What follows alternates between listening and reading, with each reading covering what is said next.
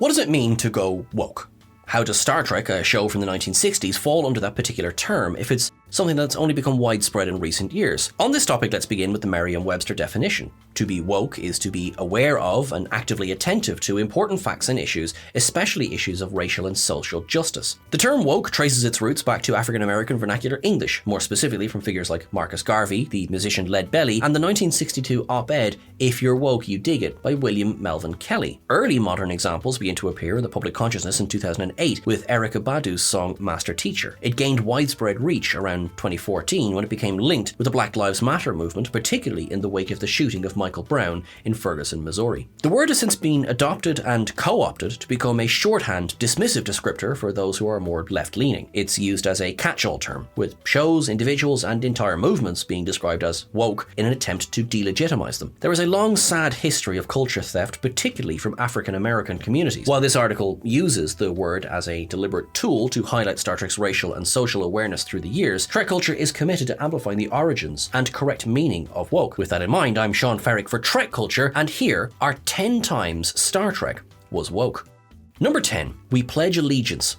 The Omega Glory is an ideal first entry on this list, as it displays Star Trek trying to say something about racial prejudice while also sliding right into the very stereotypes it aimed to highlight. It's also one of the initial story pitches that Gene Roddenberry submitted to the network in his attempt to have the show greenlit. The Yangs and the Coms are born from the Cold War context in which this episode was written. By its air date, March 1st, 1968, America had been in a simmering stalemate with the USSR for over 20 years. Those intervening years had seen combat in North and South Korea, with the war in Vietnam now underway as well. The question of violation of the Prime Directive is very much front and center here, with the original script going further than the televised version. There, the people of Omega-4 are assumed to have developed exactly like Earth, save for a disease that tore their society down. Spock suggests they may even be human. This was ultimately scrapped. The Omega Glory sets out to highlight the damage done when so-called developed nations interfere with the progression of others. However, it ends up showing the Yangs as the downtrodden, ultimately good group, with the Coms, very much styled after Asian stereotypes, serving as the oppressors. What could have existed in subtext rapidly becomes text when the American flag, the Pledge of Allegiance, and the American Constitution are all shown to have variants on this world. The episode ends with a moment of Kirk silently admiring said flag as well. The Omega Glory, in its attempt to decry intervention, stereotype, and even imperialism, falls flat on all fronts. It elevates them, thus making this one of the lower rated episodes of Star Trek. Number 9. The Endless War.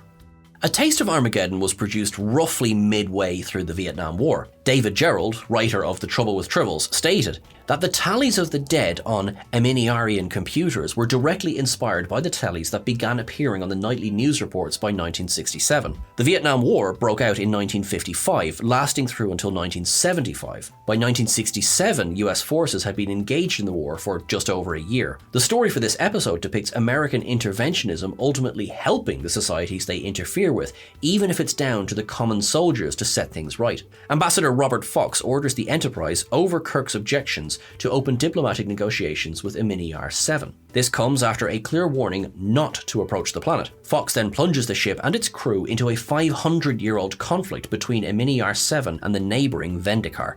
The episode depicts the rashness of the expansionist policies of the day. Fox orders forced contact. Kirk, and by extension Starfleet, has to clean up Fox's mess, while simultaneously ending a centuries-old war. Kirk disarms one side, calculating that the other side doesn't want a messy affair, a dangerous tactic that pays off. The ambassador sees the error of his ways when presented with the truth. There is jingoism here. Starfleet stands in for the US military, and it is a military captain, supported by his crew, who saves the day for everyone. What then is the message? Is Star Trek attempting to condemn US involvement in Vietnam? Was it celebrating the troops and their commitment to the fight? Which ultimately is the right view to take?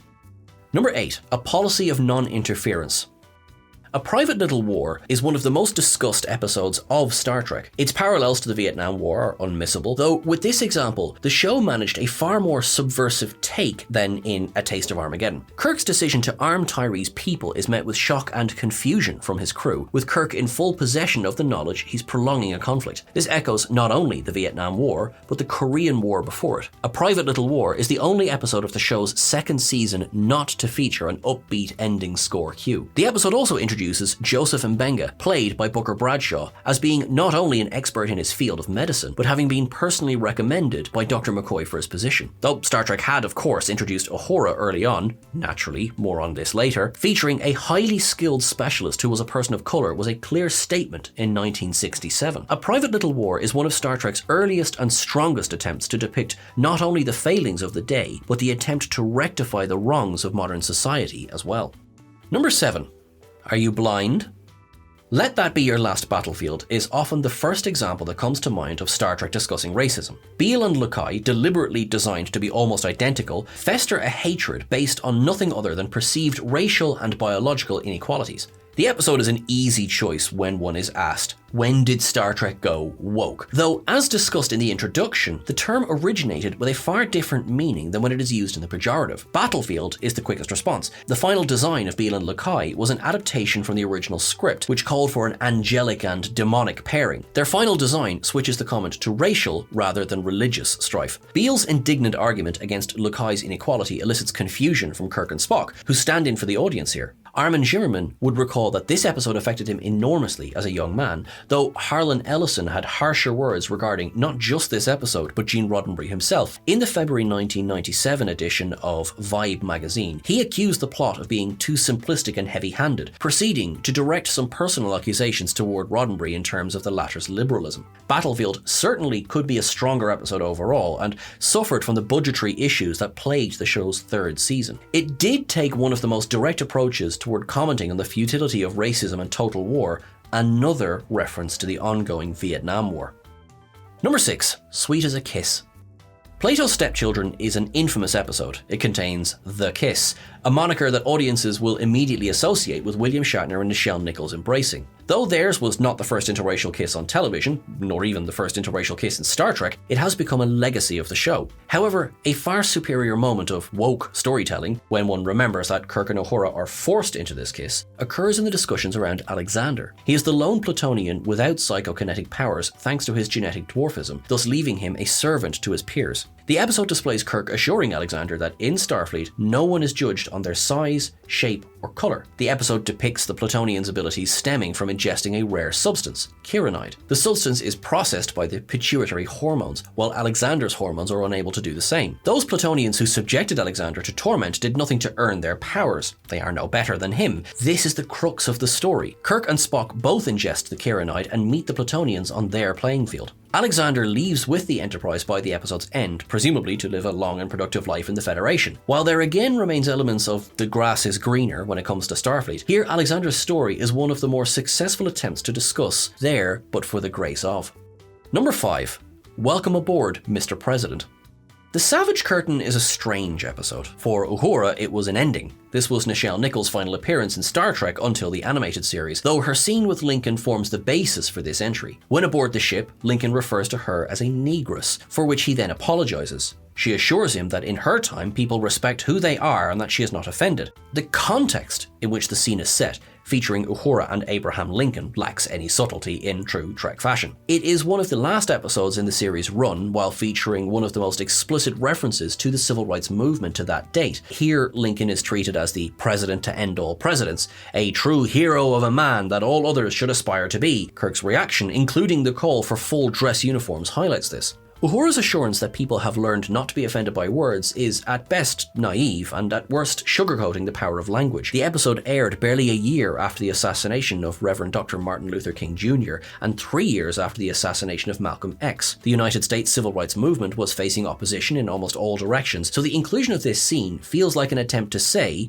things will get better, though thanks to the actions of this heroic and stalwart Lincoln and men like him. There is another message in the episode about the banality of violence on television, evidenced by the Excalbians en masse enjoying the death matches playing out on the planet's surface. This is lost amid the execution of the script. The Savage Curtain is perhaps best viewed as an episode that set out to do too many things, with the end result failing to rise above the sum of its parts. Number 4. A Japanese pilot with a Pan-Asian name.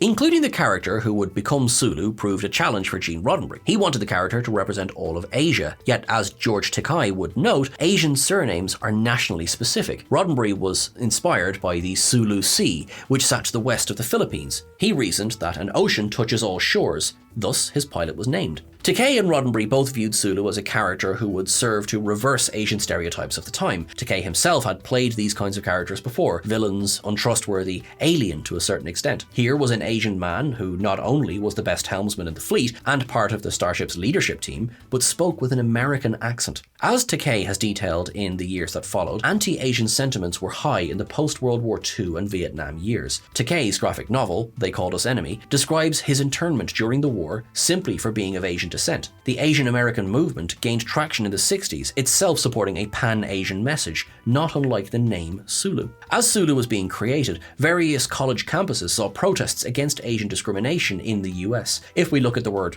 woke as its co-opted version, what could be more woke than including a character that directly legitimizes the hope for these college-based activists, particularly when those hopes are for a more racially inclusive future. Number 3. Russians are navigating in the future. Pavel Chekhov arrived on the bridge of the Starship Enterprise in the show's second season, sporting an awful wig and a hammy Russian accent. The character was created in response to a scathing editorial that had been run in the communist Russian national newspaper Pravda. What was this if not Gene Roddenberry rushing to include a hot-button topic, the Cold War? However, the truth is far less clear than the myth would lead us to believe. Did Roddenberry truly create Chekhov in response to an article decrying the lack of Russian inclusion, particularly at a time when the Russians were heavily involved in the space race? Herb Solow and Bob Justman produced a letter allegedly written by Gene to Pravda from 1967 apologizing for the delay in including Chekhov. William Shatner, on the other hand, would claim the story was entirely created by the PR department in his book Star Trek Memories. Who then to believe? Perhaps it's best to believe one's eyes. Chekhov was clearly an attempt to latch on to the excitement of the Beatles and what would become the Monkees craze. There may be nothing woke about his inclusion, or it may have been another attempt to show a better future, one where a Russian man is welcomed on the bridge of the ship and is proud of his Russian heritage. How many things, after all, were invented by little old Russian ladies? Number 2. Leave your bigotry in your quarters.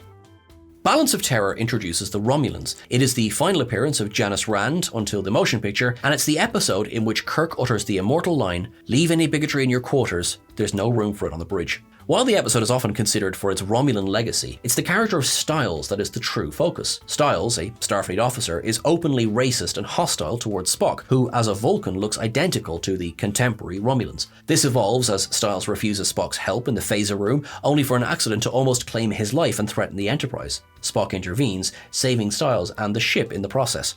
Kirk's command to Styles is clear, though it also highlights how even in the future, humans will judge on looks and prejudice alone. Balance of Terror was born out of a particularly paranoid time. The HUAC hearings and McCarthy-inspired mistrust of one's neighbours, especially in Hollywood, feed into the depiction of Styles. Kirk is unable to stop this mistrust in his officer and is only able to order him not to act on it. This is perhaps one of the most prescient messages of Star Trek ever delivered, with that quote still finding supporters and detractors today. Number 1. Hailing frequencies open, Captain.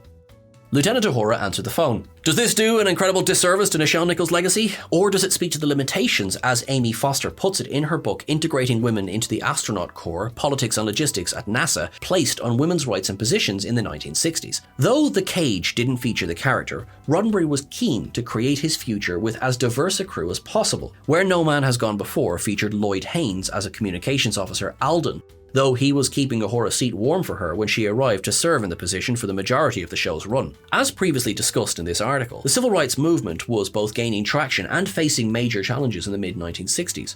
Nichelle Nichols described a meeting with the Reverend Dr. Martin Luther King Jr., wherein the latter convinced her to remain with the show beyond the first year, citing the importance of representation in media. When viewed through a 21st century lens, Uhura's inclusion seems obvious and less a statement than another role filled. In 1966, casting an African-American actor in a main role for a character with a Swahili name, visible in almost all episodes that feature the bridge, was nothing short of transgressive. Can we say that Star Trek was woke in the 1960s? If to be woke, one has to be aware of the struggles faced by the African-American citizens of the US, then I would argue that yes, it was. If to be woke is to use the pejorative meaning of the word in recent years, then I would have to argue that yes, it was. Star Trek from its earliest days has displayed both racial and social awareness. It is by no means perfect, stumbling almost as often as it succeeds, yet in a contemporary setting, that too is almost as impressive. It fell, but it tried again. Star Trek has been woke since its earliest days. Thanks very much for watching along, folks. I have been Sean. This has been TrekCulture. You can follow us over on Twitter at TrekCulture. We are also on Blue Sky and TikTok, and we're on Instagram at TrekCultureYT. Please let us know what you thought about this, and Just a personal request, please try and keep things a bit respectful in the comments. You are all awesome and you are wonderful. Please don't forget to like, share and subscribe. I will see you soon. Thanks so much. Have a good day. You deserve it. Bye.